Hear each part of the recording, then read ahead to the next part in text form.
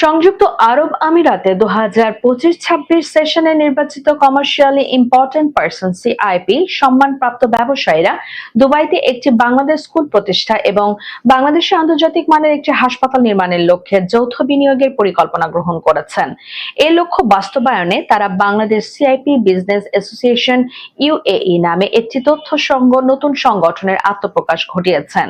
গত শুক্রবার রাতে দুবাইয়ের একটি অভিজাত রেস্তোরাঁয় সিআইপি ও আবির বাংলাদেশের বিজনেস অ্যাসোসিয়েশনের সভাপতি জুলফিকার ওসমানের সভাপতিত্বে অনুষ্ঠিত মতবিনিময় সভায় সংগঠনটি গঠনের সিদ্ধান্ত নেওয়া হয়। পরে সর্বসম্মতিক্রমে সিআইপি মোহাম্মদ রুবেল হোসেনকে আহ্বায়ক এবং সিআইপি মোহাম্মদ সেলিম উদ্দিনকে সদস্য সচিব করে 11 সদস্য বিশিষ্ট আহ্বায়ক কমিটি গঠন করা হয়।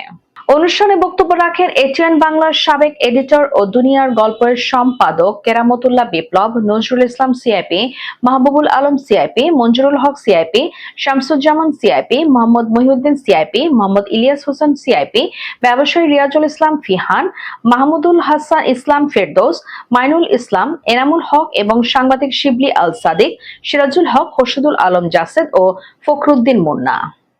আপনার বিশ্বস্ত বাংলাদেশি ফার্মেসি এখন মাসকাত হামেরিয়া। ডাক্তারের প্রেসক্রিপশন মেডিসিন থেকে শুরু করে সকল ধরনের ওষুধ এখন সহজেই পাবেন এক ছাদের নিচে।